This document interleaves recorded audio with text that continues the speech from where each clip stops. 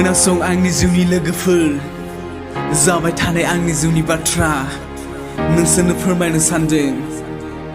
बायग्लिनाय गोसोखौ लानानै हगारनांबाय आं दिनै मोदै बायग्लिनाय गोसोखौ लानानै जानांबाय आं दिनै हारसिं खोनासंलांदो बिदिब्ला सनान मानो आंनि अननायखौ मानो नों एसेबो सानासै गोसोआ आंनि दिनै बायग्लिबाय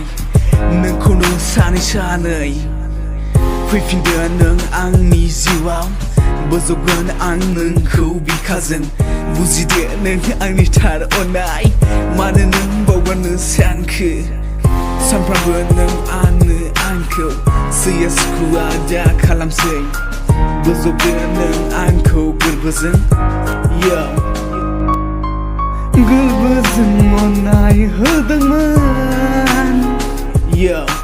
बुजियासै नों आंनि अननाय गोरबोजों अननाय होदोंमोन बुजियासै नों आंनि अननाय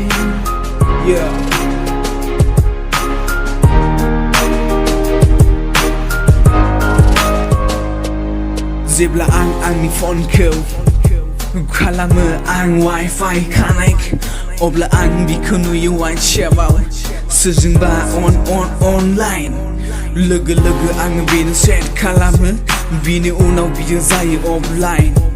दसे थानानै बिनि आंनाव फन फैयो सोङो आं बिखौ फंनैसो बाथ्रा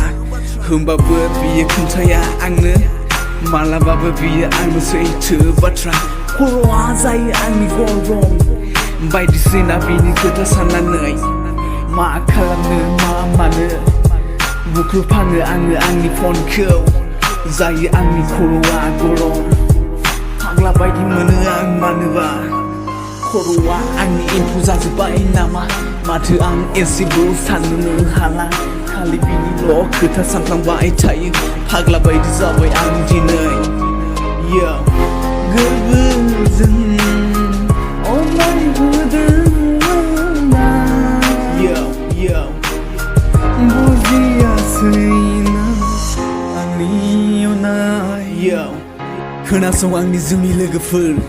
जिउआव मालाबाबो रावनोबो थार अननाय दाहो नङाबा जानांगोनबो नों आं बायदि हारसिं